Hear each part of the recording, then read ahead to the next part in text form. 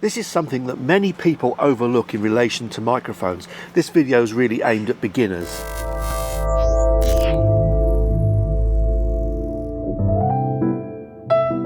This is all about microphone stands, and generally the more you pay for a stand, the stronger and more stable it's going to be. You can find cheaper stands that work though, as long as you're careful how you use them. A mic stand tipping over could easily destroy your microphone, particularly larger, heavier mics. Some of them are pretty substantial in weight, and that's something you need to realise if you're going to be carrying it around to record somewhere else other than in your home. So many people feel a lot safer with a pencil mic or something really light and small on a boom stand in particular, especially if boomed from above. With heavier mics, underslinging them can help quite a bit with them. That basically supports the weight more into the centre of the stand. If you put them down below you, down here, and you're underslinging pointing upwards, you don't have to take out the boom arm so far. Your body can also shield it from rear wall reflections. To make it stable, point one of the feet towards you. Put beanbags on the other feet. Put a beanbag on the rear of the arm. So, get a long type of beanbag or two, and don't extend the arm too far. This is one of the stands that I use. It's one that's made by Tourtech. One of the places where these things can go is here, on this joint here where they crush it. That screws onto the top, and this bit here can bend left and right. Also, with the really cheap ones, you can get these things play up, and if they are playing up, then what you do is you need to take that off and clean it with Spirit.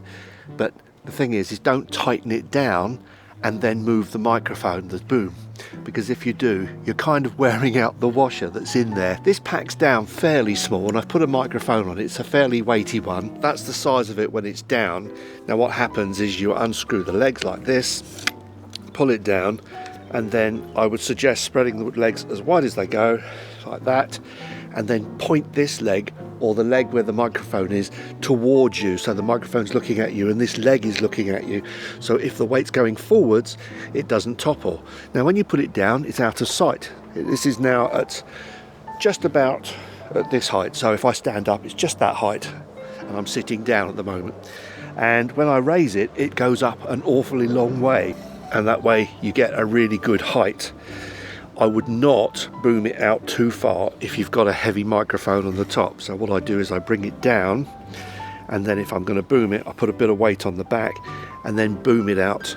I wouldn't use this to boom overhead unless it was a very light microphone.